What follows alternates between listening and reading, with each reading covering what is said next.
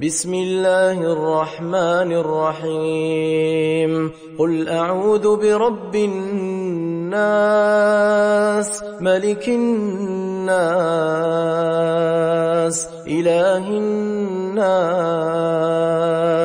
من شر الوسواس الخناس الذي يوسوس في صدور الناس من الجنة والناس. Bismillahirrahmanirrahim.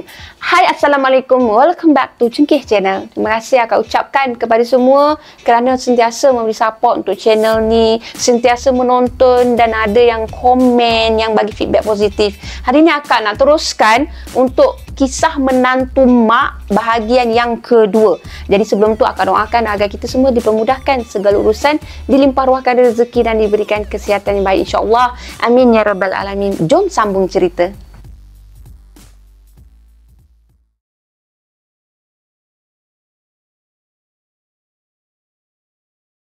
Akak teruskan dengan episod yang kedua untuk kisah menantu mak, dan ini adalah episod yang terakhir. Mana mak saya bang? Selamatkan mak saya dulu bang, tolonglah. Separuh gila Afif ni dia merayu abang bomba yang sedang mengarahkan beberapa ahli bomba berubah posisi pergi cari mak dia. Hampir 80% rumah mereka tu musnah tau dijilat api. Mata Afif dia melia, dia mencari kelibat mak dia atau Amilda di tingkap sebelah kiri rumah mereka. Api masa tu tengah marak seperti lidah merah sedang menjilat ruangan tingkap. Bahangnya terasa sehingga ke kulit wajah Afif. Mana mak? Mana Amilda? Mak, Amilda, mak. Afif memanggil dengan penuh harapan. Sesaat kemudian Afif ternampak ada kelibat manusia sedang bergelut di dalam maraknya api. Mak! Amilda! Mak!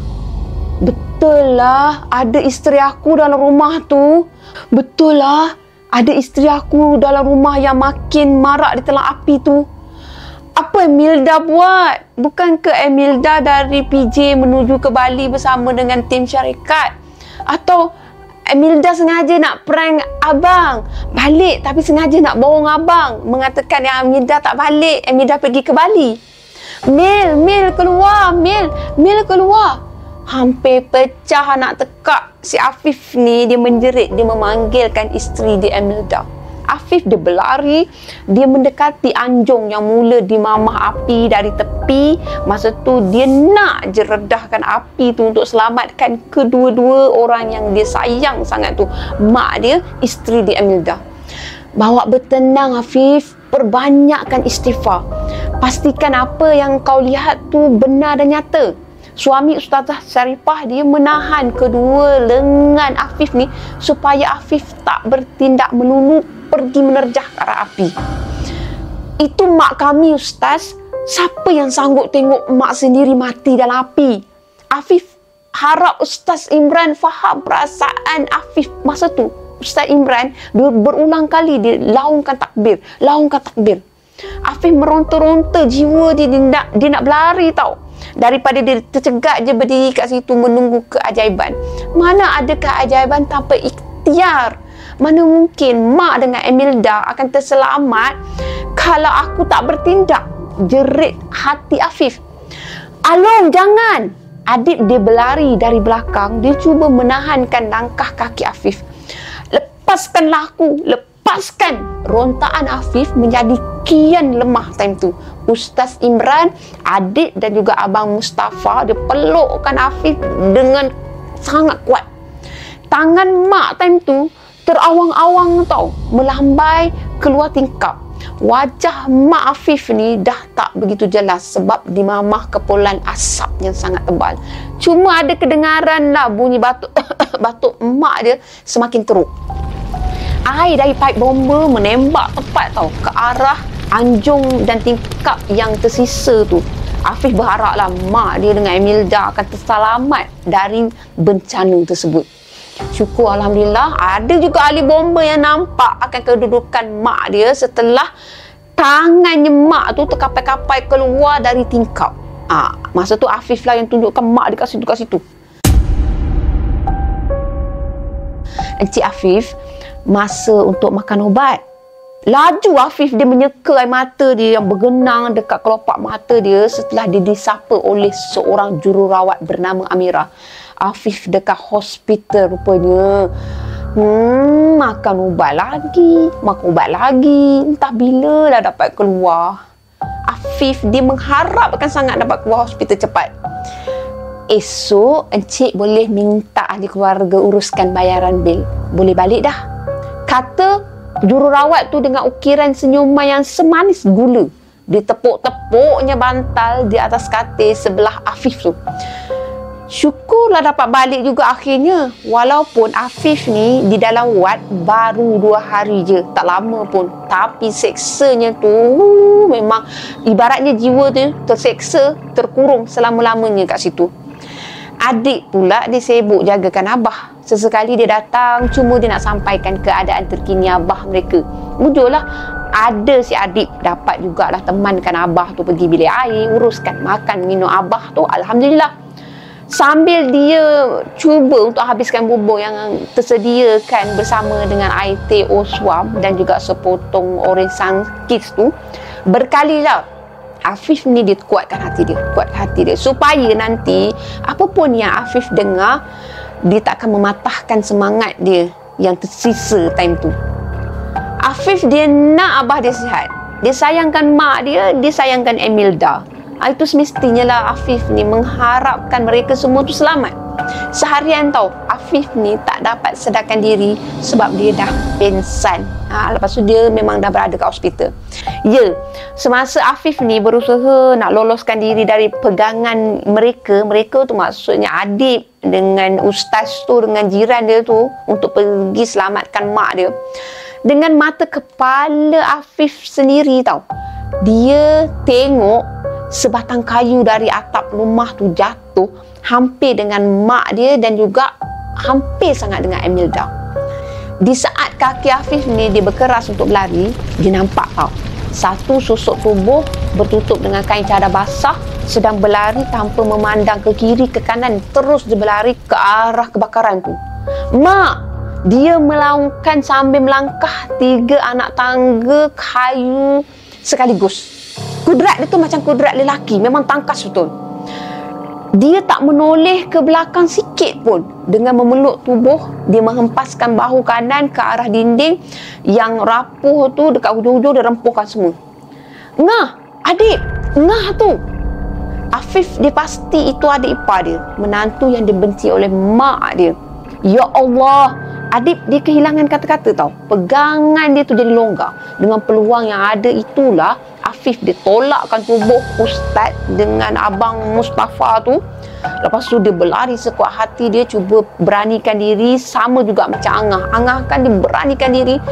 Dia cuma menantu yang dipinjamkan oleh Allah untuk mak dengan abah dia. Kenapa Angah sanggup bergadai nyawa demi menyelamatkan mak, sedangkan anak-anak mak yang masih trauma dengan api atas pengalaman waktu mereka kecil langsung tak lakukan apa-apa time tu?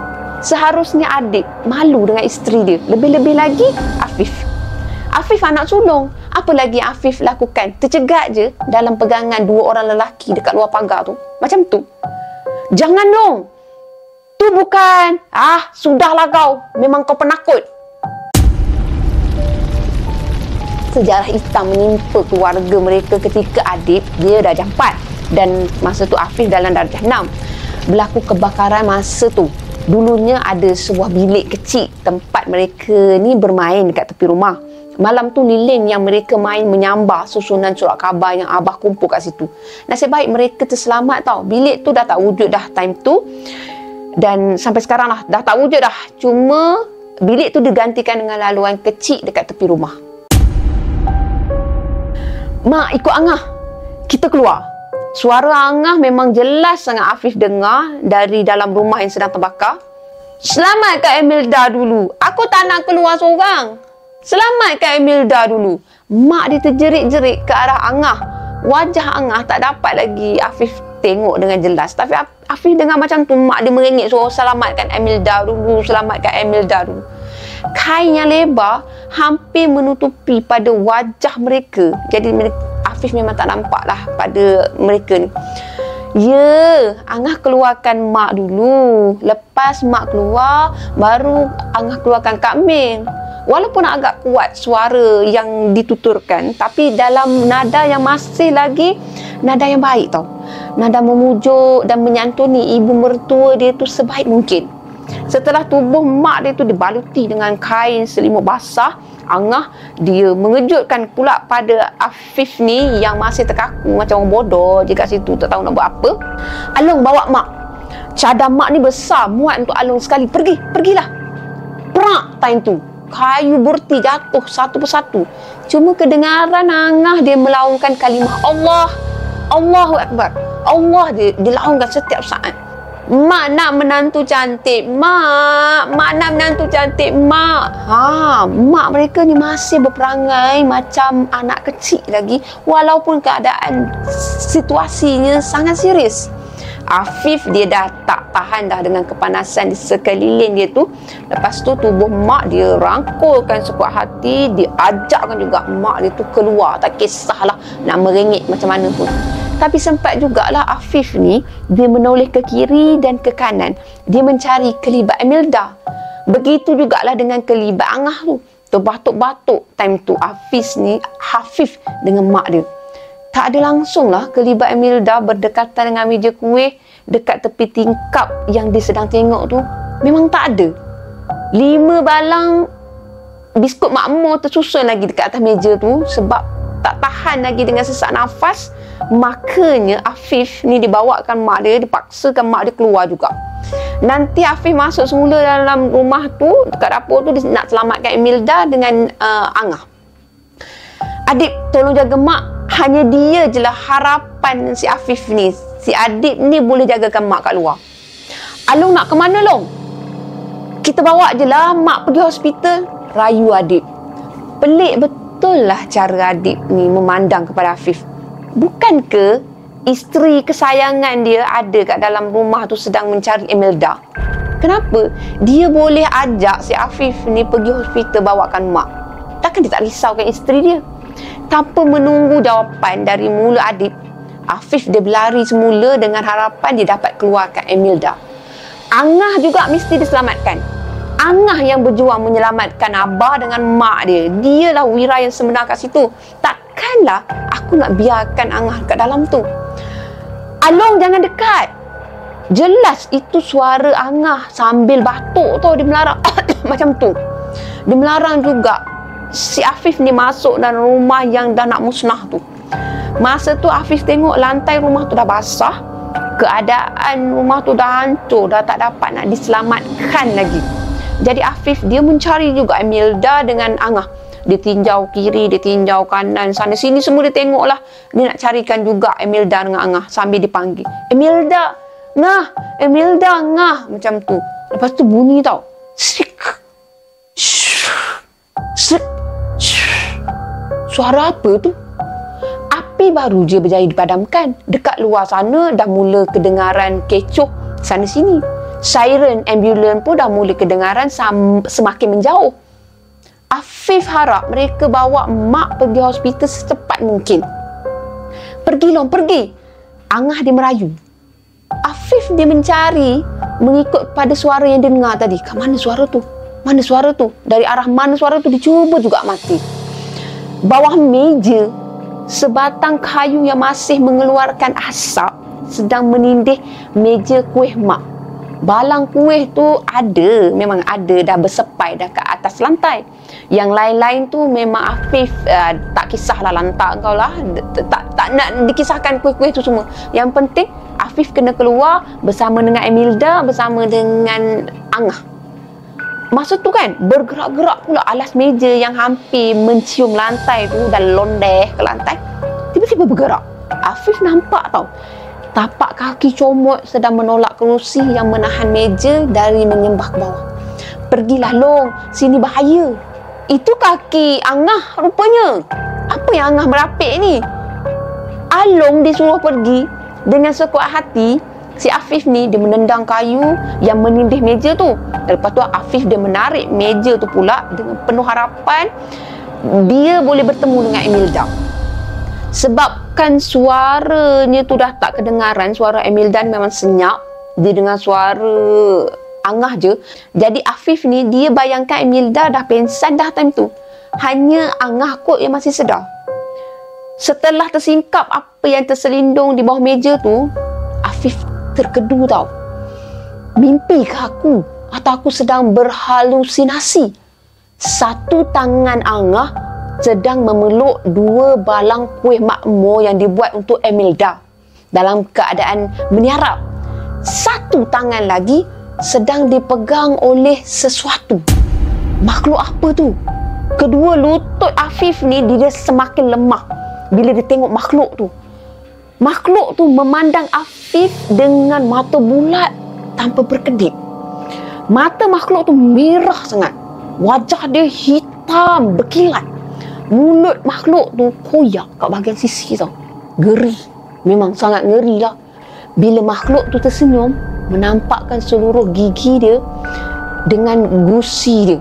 Makhluk tu berbaju kuning, berbunga biru. Manusia atau... Angah dah suruh pergi. Kenapa kau degil, Long? Lantunan suara Angah tu tak berapa nak jelas untuk didengari oleh Afif.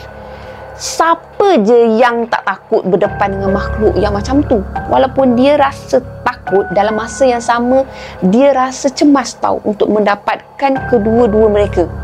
Apa benda ni, Ngah? Sempat Afif ni tanyakan kepada Angah. Soalan tu Angah jawab dengan pandangan yang sayu. Kemudian Angah gelengkan kepala, menandakan Angah tu tak kenal lah dengan benda tu. Baju yang dipakai makhluk tu adalah baju Imelda. Kenapa ada pada badan makhluk tu? Afif hampir hilang akal bila dia melihat makhluk tu menyeringai ke arah dia tau. Kemudian Afif ni dia tekad dia nak campakkan kerusi ke badan makhluk tu. Berani kau nak campak kerusi? Kau belum tahu kekuatan aku. Sehabis je makhluk tu bercakap, terus dia melompat ke arah Afif. Mulut makhluk tu yang ternganga luas, seolah-olah macam nak menelan kepala Afif tau. Afif cuba mengelak, tapi kedua tangan dia dah menerkam kepala Afif dengan sekuat tenaga. Dalam sekelip mata, Afif dah tak sedarkan diri lagi lepas tu. Hanya Angah saksikan apa yang berlaku pada ketika tu. Bila Afif sedar, Afif dah berada di atas katil hospital dengan kepala dia berbalut. Lepas tu sakit kepala, nyut macam tu. Memang sangat sakit. Tiba masanya Afif ni akan keluar. Jadi adik tentu dia akan uruskan untuk proses Afif ni keluar. Selesai urusan Afif keluar hospital tengah hari tu, adik dia bawa Afif ke rumah ibu Angah. Di dalam kereta, adik dia dah bagi tahu dah akan keadaan mak dia tu. Alhamdulillah lah, sebab mak Afif ni cuma dirawat sebagai pesakit luar je. Mak dia berehat dan dijaga oleh Angah serta adik-adik dia yang lain. Patutlah Angah tak pernah datang ke hospital. Risau jugalah Afif kalau Angah dia apa-apakan oleh makhluk berwajah hitam yang dia nampak tu. Along percaya dengan sihir, Afif dia diam dan dia memandang wajah adik dari tepi. Dalam kereta ni scene dia. Tangkal pembenci, merapiklah kau. Semakin mengarutlah soalan kau ni, adik. Nak cerita ni, Long. Jangan tidur pula. Ya, aku tak tidur. Afif dilayankan apa yang ingin disampaikan oleh adik dia. Macam ni sebenarnya. Setahun yang lalu, ketika mereka berempat baru menjadi suami isteri, setiap hujung minggu mereka akan balik menjengukkan abah dengan mak mereka. Mereka balik ke kampung dan menjadi rutinlah untuk mereka berempat ni. Waktu tu mak masih berlaku adil pada kedua-dua menantu dia.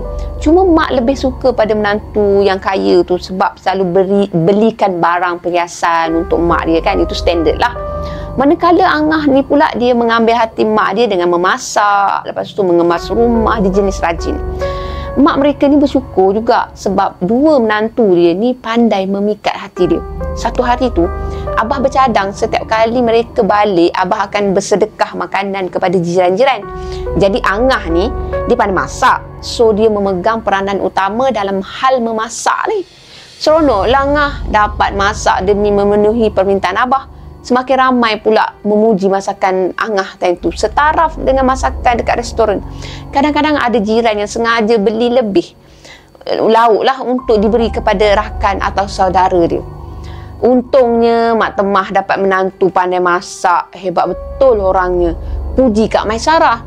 Daripada beli mahal kat luar, baik beli dengan menantu Mak Temah. Sedap tak terkata kau. Abang Mustafa pula tak henti memuji. Isterinya tu selalu penat mengambil upah menjahit. Gembira tak terkatalah bila dibelikan lauk lebih dari Angah. Kami sokong kalau menantu Mak Temah buka je restoran dalam kampung ni. Boleh beli selalu. Masakan macam ni yang kita nak sangat ni. Seronok mamu memuji masakan Ngah. Abah di antara insan paling gembira bila jiran-jiran memuji-muji menantunya tu. Berkali-kali jugalah Abah tu disuruhkan Angah buka kedai makan dekat kampung mereka. Tanpa disedari rupa-rupanya, isteri Afif ni, dia mula rasa tak selesa tau. Hati dia mula rasa iri pada Angah. Sebab Angah selalu dipuji. Sedangkan dia cuma mak seorang yang melambung tinggi pujiannya terhadap menantu kaya dan cantik tu. Bosanlah balik kampung, nyamuk banyak. Panas pula tu. Emilda dia mula memberi alasan dia tak nak balik kampung dia. Sekali dua, dapatlah Afif ni halang. Tapi seterusnya, Afif pun dah hilang sabar tau. Seterusnya dia rasa macam, tak bolehlah macam tu. Dengan alasan kerja dekat luar kawasan bersama dengan tim. No, tak boleh. Hubungan mak dengan Angah tak adalah seburuk mana. Mak cuma jarang bergurau senda dengan Angah. Tapi disuruh itu ini, mak memang laju je. Setiap bulan rumah mak berganti langsir. Angah lah yang disuruhnya gantikan langsir. Bila berborak dengan Imelda, mak akan tersebut juga nama Ngah. Sebab hanya menantu seorang tu je yang sanggup layankan kerenah mak mereka ni. Baliklah Mil. Angah dah gantikan langsir kuning. Macam rumah anak raja kalau tengok dari jauh. Mil suka makan daging panggang kan? Ada Ngah perap daging semalam. Baliklah Mil, boleh makan sama-sama. Bukan main gembira lagi nak tengok wajah mak dia tu. Mak dia memujuk macam tu, apa semua, memujukkan menantu dia balik. Lama kelamaan Emilda dia tak lagi menghubungi mak dia. Kalau mak yang telefon dahulu, talian sengaja diputuskan. Sesekali tu Afif dia marah juga sebab Emilda buat macam tu, menghampakan hati mak dia. Mil penat lah. Kerja banyak. Staf makin kurang. Semua bertimbul atas kepala Mil. Mengamuk jugalah si Afif tu kena marah adik Emilda tu. Perlahan-lahan Afif ni mengalah. Afif dia balik kampung seorang diri je. Walaupun bernanah juga telinga dia dengarkan letiran mak dia, Afif tetap hadap semua tu. Sebab dia sayangkan mak dia, dia terimalah apa je yang nak dibebelkan. Satu ketika mak si Afif ni, dia dah tak nak dah bersembang dengan mereka. Dia lebih banyak termenung, lepas tu mengunci mulut dia banyak diam. Bila mak buka mulut, hemburan makian akan mereka terima sebanyak-banyaknya. Jadi mereka biarkan mak tu melayankan angin dia sendiri. Angah pula langsung tak dibenarkan mak duduk berehat atau mengambil angin dekat luar rumah. Kena buat kerja je. Sekejap Angah menghilang, pasti akan keluar bahasa kesat tau dari mulut mak. Ada je benda yang tak kena di rumah mereka. Dipaksa Angah mengemas, membersihkan rumah dari siang membawa ke malam, siang membawa ke malam. Sampai longkang tu sumbat pun Angah yang kena selesaikan. Sengaja mak mengajak Afif ni dengan adik keluar ke bandar. Ditinggalkan Angah kerja yang memang banyak gila kat rumah nak settle sorang-sorang. Bila mereka balik, Angah terlelap atas sofa sebab kepenatan. Nanti kena marah lagi tu oleh mak dia walaupun dah buat kerja macam-macam.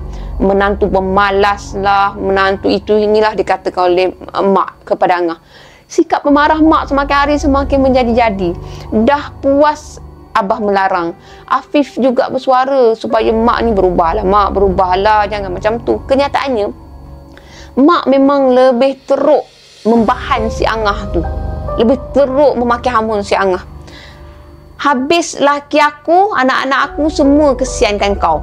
Pandai berlakon betul lah kau ni. Dimarahnya macam tu. Sikap Angah tetap tak berubah. Dia masih rajin balik menjenguk mak dengan abah. Dia masak sedap-sedap untuk mereka semua. Hanya sesekali Emilda akan ikut balik tau. Itu pun sekejap je. Dia akan bermalam dekat hotel dengan alasan nak siapkan kerja. Perlukan ruang yang selesa. Macam-macam alasan lah. Rupa-rupanya Emilda dah cari bomoh untuk pendajalkan Angah. Sengaja dia buat sihir ke atas mak untuk menambah kebencian maknya tu terhadap birasnya tu. Tangkal pembenci Emilda dia ambil untuk memporak-perandakan hubungan mak mereka dengan Angah. Tergamaknya kau, Emilda. Mereka tu mak mertua dan biras kau, ahli keluarga baru kau. Sampainya hati kau bomohkan mak supaya bencikan Angah. Rungut hati Afif dalam keadaan marah. Apalah yang tak cukup dari mak? Kasih sayang mak untuk kau lebih dari Angah. Kau menantu kesayangan dia, menantu yang dinanti dengan bilik sentiasa rapi. Makan menu sedap-sedap mak fikirkan untuk kau. Yang tak gemar masakan kampung semua segala bagai tu mak ketepikan. Mak bagi juga masakan yang kau suka, yang kau layan sangat tu. Angah tu melayan kehendak mak demi tekak kau je umpama orang gaji tak. Kau bomohkan Angah. Semakin panjang lebar lah si Afif ni, dia membentak-bentakkan apa yang telah dilakukan oleh isteri dia. Macam mana nak aku bentuk isteri aku menjadi manusia berhati mulia seperti Angah? Solatnya awal waktu, berlemah lembut tutur bicara daripada suami dan sekeliling. Kau bertuah adik. Kau dapat dia. Macam mana aku nak bentukkan dengan isteri aku? Afif bertanyakan kepada Adib tau. Adib, jalan ni menghala ke mana? Ni bukan jalan ke rumah Ibu Angah ni. Bukan ni. Dip, kau nak ke mana ni, Dip? Tanya Afif kepada Adib. Sebab dia tiba-tiba pelik tau. Sebab haluannya telah diubah. Sepanjang jalan, Adib leka bercerita tentang Emilda mencari tangkal pembenci sampai dia tersilap jalan. Jadi Adib ni cuba terangkan kepada abang dia bahawasanya Emilda lah punca segala-galanya. Sabar lu, kita nak sampai dah. Adib dia tersenyum, pahit je senyuman dia. Tanah perkuburan Islam Sungai XXX. Afif memandang lagi wajah Adib. Tanah perkuburan? Kau jangan bergurau dengan Nalong. Nak ke mana kita ni? Mak mana? Abah mana? Kita nak ke mana ni? Dekat hospital tadi saya ingat Afif lah. Adib ada katakan Abah masih lama lagi dalam bilik X-ray tu. Lepas tu Adib ajakkan Afif balik dulu. Mungkin ke Abah sebenarnya dah tak ada sebab pergi kubur kan? Ataupun mak, apa ni? Mak mana, Dik? Afif dia jadi gelisah tau. Mak ada, adik-adik Mariam dengan ibu temankan mak jalan-jalan petang. Jangan risaulah, kadang-kadang sampai ke mamak layan roti canai, alhamdulillah. Lama Afif berfikir tau. Masa tu kereta berhenti tak jauh dari pintu masuk tanah perkuburan. Afif, dia terbayangkan Angah. Sebab Angah lah orang yang paling lama ada kat api tu kan. Mana Angah? Dia kena bam. Ada loh. Mariam tak berapa sihat lepas kena gangguan tu. Badan dia lemah-lemah, demam. Sebab tu ibu dengan adik-adik yang jagakan mak kita. Jangan risaulah. Tangan Afif dia tepuk Adib tau. Dia mengajak Afif ni ke dalam, ke kawasan perkuburan. Kubur siapa nak diziarah ni? Aku keluar dari perut kereta seperti orang bengong ni. Tolonglah, kubur siapa ni? Afif dia merayu juga supaya dia jelaskan nak ke mana sebenarnya. Adib dia sampai dekat depan sebuah kubur. Kubur yang barulah time tu. Kubur seseorang yang baru dikebumikan, kemudian dia tadahkan tangan. Afif masih lagi berjalan dengan keadaan yang longlai sebab dia baru je agak nasihatkan. Dalam hati Afif ni terlalu banyak keinginan untuk mengetahui kubur siapa lah agaknya tu, kubur siapa lah agaknya tu. Bila Afif tiba dekat kubur tu, Adib baru je selesai membaca surah Al-Fatihah. Dekat bawah terik matahari tu, Afif terasa silau pandangan dia. Dia tinjau-tinjau lah mencari nama siapalah pemilik kubur tu. Tanahnya masih merah lagi, masih baru lagi. Cuma ada 2 ketul batu sebagai tanda untuk atas kubur tu. Along, inilah kubur Kak Mil. Kubur Emilda. Afif dia melutut dekat atas tanah, dia cari kepastian yang dia tak pasti. Apakah Adib sengaja nak sakitkan hati dia sebab isteri dia mengkhianati Emilda? Kak Mil meninggal sebab dilanggar pemabuk depan hotel ternama dekat Bukit Bintang tu. Kepala Kak Mil cedera parah. Kak Mil meninggal di tempat kejadian. Kata Adib penuh hati-hati. Dia tak nak abang dia tergamam, terkejut ataupun abang dia tiba-tiba pingsan. Bukankah Emilda ke Bali? Kak Mil dengan bos dia loh. Skandal Kak Mil tu lah.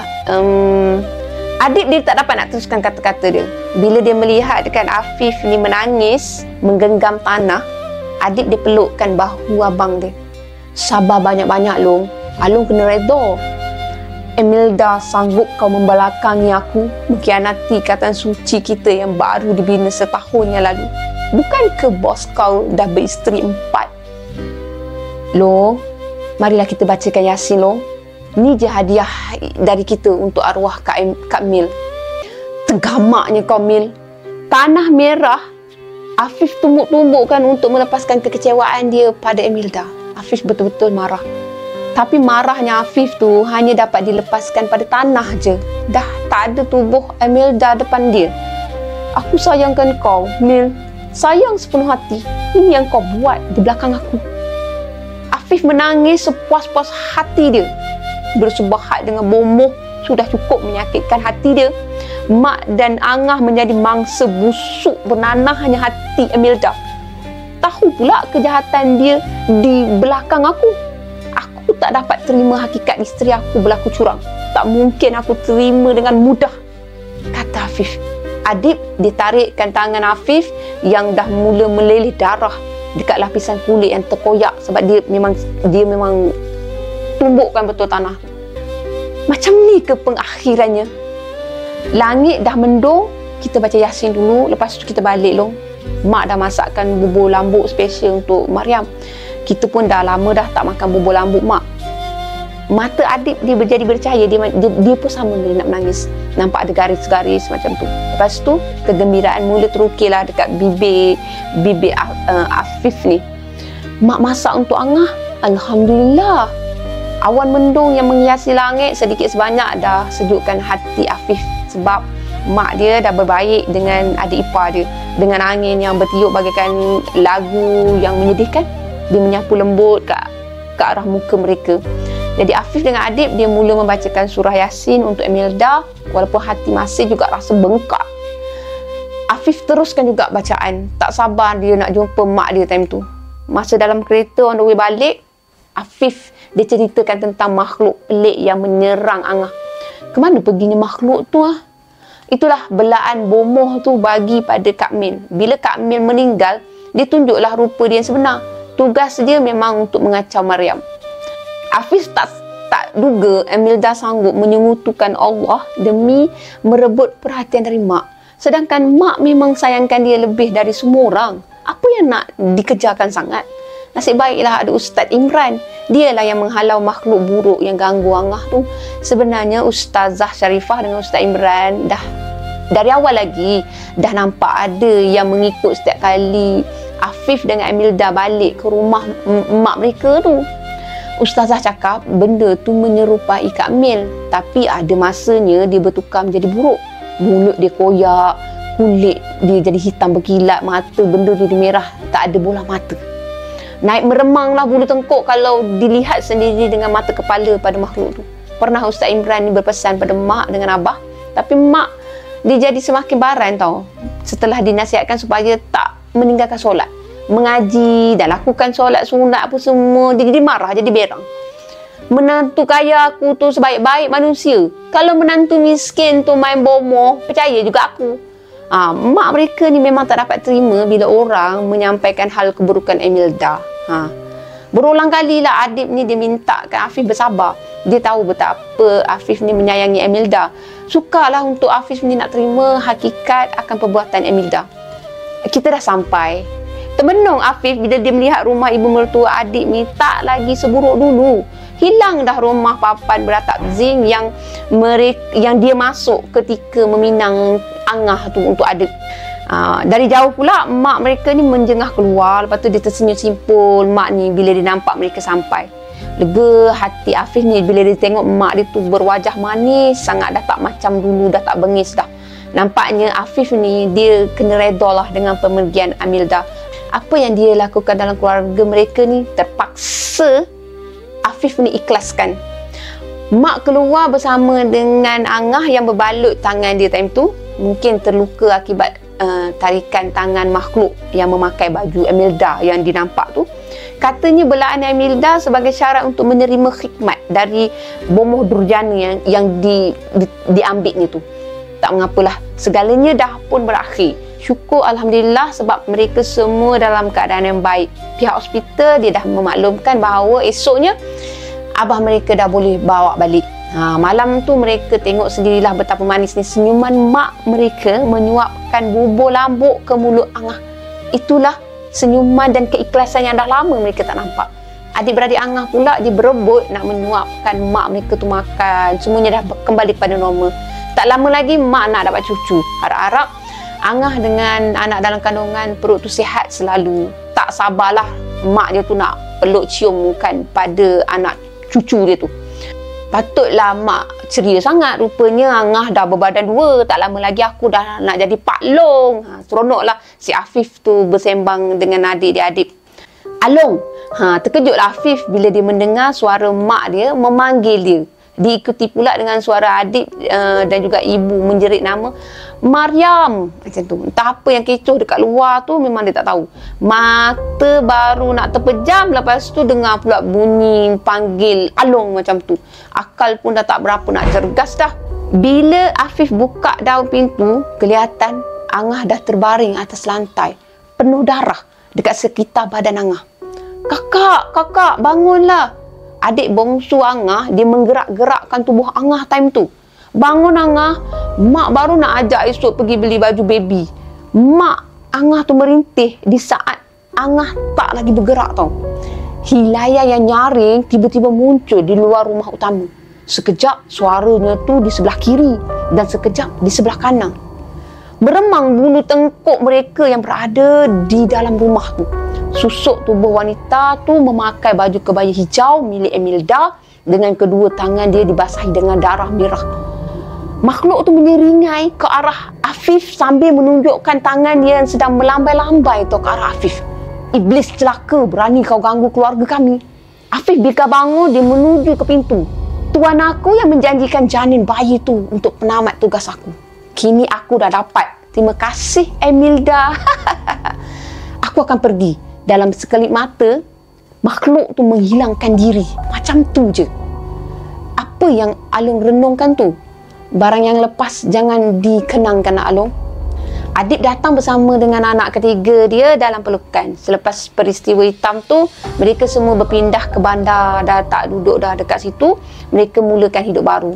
Kenangan pahit dalam hidup angah telah diganti tau dengan bayi lelaki kembar. Terubat jugalah duka dan lara dia mengenangkan kandungan pertamanya tu. Mujurlah ada mak, ibu dan abah yang sentiasa memberi sokongan dan nasihat pada angah supaya bersabar dan redalah dengan ujian Allah. Mereka akan ingat sampai ke nafas terakhir mereka. Setiap perjanjian dan pertolongan dari syaitan pasti akan diminta balasan. Percayalah, selalunya sesuatu yang kita sayang.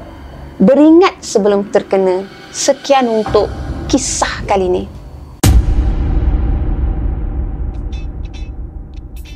Sekian saja untuk kisah pada kali ini. Apa yang baik sama-sama kita ambil jadikan sebagai toladan. Apa yang buruk sama-sama kita ambil jadikan sebagai sempadan. Akak mohon sangat, perkara yang tak baik kita tinggalkan. Perkara yang baik kita perbanyakkan. Terima kasih korang kerana sudi dengar dari episod pertama sehingga episod kedua. Jangan lupa untuk like, share dan subscribe. Bye. Assalamualaikum. Bye. Terima kasih.